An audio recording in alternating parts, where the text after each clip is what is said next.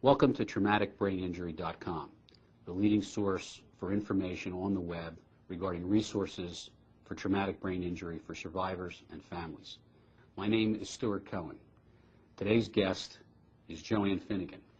Joanne is the Chief Executive Officer of Remed Recovery Care Centers, and over the last 20 years, Remed is one of the leading post-acute neurorehabilitation centers in the United States. Joanne Finnegan is a certified therapeutic recreational specialist by training and education. She is also the chairperson of the Board of Trustees of CARF, that's C-A-R-F, which is the Commission on the Accreditation of Rehab Facilities. CARF is the leading accreditation organization for rehabilitation services in the United States. Joanne Finnegan, welcome to traumaticbraininjury.com. Thanks for being here. Thank you. Joanne Finnegan is president of, or chief executive officer, I guess the title is, yes, at Remed Recovery Services. I'd like to ask you some questions about how to evaluate a rehab facility. I know that survivors and some of their family members who are watching us have those kinds of questions. What does a family look for? Well, I think it's important for a family to really know or try to get an idea of what they want. There are a couple of resources that can help to start that thought process. One would be a provider guide that is put out by the Brain Injury Association of America. The other is a guide of how to choose a provider that's put out by the CARF organization. And I think that those give some very good general questions to get started. I think families need to be comfortable with the facility that they're looking at. I always recommend touring. You have to see it. All right, well, there's a lot of information in what you just said. Yes. So let me back up a little bit. CARF is the Commission for the Accreditation of Rehab Facilities, is that right? Yes. And I understand that you are the chairperson of the Board of Trustees of CARF, is that right? Yes, I am. Well, congratulations on your appointment to that position. Thank you. Just a simple question, but one of the things family members should look at, should they see if the facility is accredited? Absolutely. And the major accreditation resource is CARF? Yes, it is. And what is it that the family should ask to see? Is there a piece of paper or something to look at so that they know that it's an accredited facility? They should actually have those certificates posted, and most facilities that would be CARF accredited would do that. There's also an easy way to check, which is you can go on to the CARF website, which is www.carf.org. And that's C-A-R-F.org, O-R-G. Yes.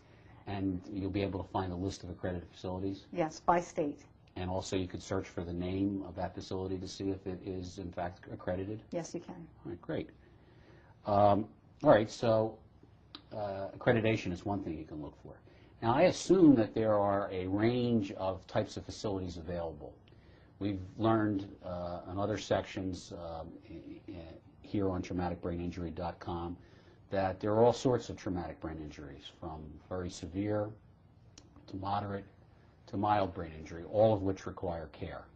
I imagine there's a range of rehabilitation facilities available as well. Is that true? Yes, it is. Why don't you tell us about the range? Sure. Now, assuming that we're talking about someone who has come through a kind of the hospital gamut, so from trauma center potentially to acute hospital to then rehabilitation hospital, most people would then ultimately go to outpatient therapy from there. Once that's finished, they would then potentially go to what's called post-acute rehabilitation. So those are services that are focused more on home and community-based kinds of resources that would allow the person to learn how to live again back out in the community, return to work. So there's really hundreds of different variations of this. All right. Now, let's just go a little slower through that transition. First, there's the trauma center, you said? Correct. And obviously that's an inpatient facility. Yes. Then you have a hospital setting, which is not for an acute injury, not where intensive care is required. Is that right? Typically, yes. And that could be the same hospital depending on the community. Right. And then after that, you talked about a rehabilitation hospital. Yes. Now, some of the people that are listening to us have had family members who were very recently diagnosed with traumatic brain injury. In fact, the family member may very well still be in the hospital. So why don't you tell us a little bit about rehab hospitals, what kind of treatment families can expect their family member, the survivor, to receive at that type of facility? Well, there you're really focused on, different from the acute hospital where they may still be managing the medical issues and needs. Once the person gets to the rehabilitation hospital, it's really focused on that rehab side. So you're going to see a therapy team, typically an interdisciplinary team of physical therapist, occupational therapist, speech and language pathologist, recreational therapist, psychology, social work and discharge planning, and that's just a short list of who may all be involved with a case, and really focused on the brain injury needs and how to return that person to life in the community. Okay. Now, I want to focus on just one particular member of the team that you were talking about. You said something about a discharge planner. Yes. We all know what doctors are and nurses are and therapists, but this is something that I think some of us haven't heard of before. What's a discharge planner? It's really a person that's on the team that looks for what that next step will be. You know, as we all know, lengths of stay in hospitals are pretty short today. Even for someone that's had a brain injury, you're not going to get the number of days or weeks or months that you used to get. So the discharge planner really looks at resources and options for that person for the next step. Right. And this is something the family should seek out? Absolutely, and as early as possible. And the purpose of the discussion is to find out what types of options are available for the next step. Correct. And you mentioned outpatient facilities and also inpatient facilities. Yes. Okay. What type of, generally, what type of facilities are available after a rehab center if someone still needs services? And also, what type of patient description are we talking about? Sure. Well, I think, again, if it's someone that's had a mild brain injury, then they may stay connected to that rehabilitation hospital through what's called maybe an outpatient therapy department or potentially a day treatment kind of program. So they're coming to the facility for services as they need them. Correct. And the family has to be involved in bringing them, obviously, if transportation is an issue.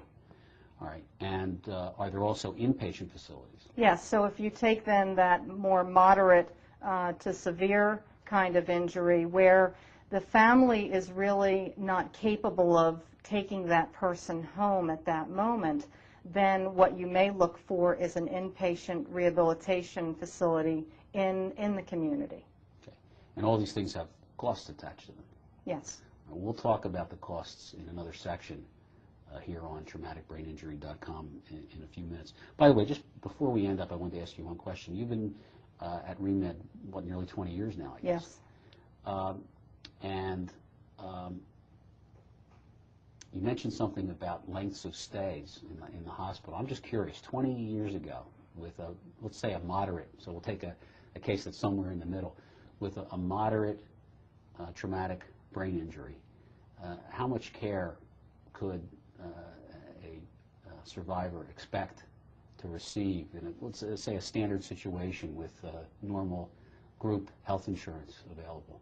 Well, 20 years ago, Stuart, when I worked in inpatient rehabilitation, we saw patients for upwards of 6 to 9 months with a moderate brain injury. That was in the hospital? Yes, it was in the hospital. And now, in 2004, how long do you see the patients? From what I understand from my colleagues in that realm, they're lucky if they see somebody for 30 days to possibly 6 weeks. Does it make a difference in the long-term care and treatment of the patients? I believe it does. Thank you for joining us, Ms. Megan. Thank you.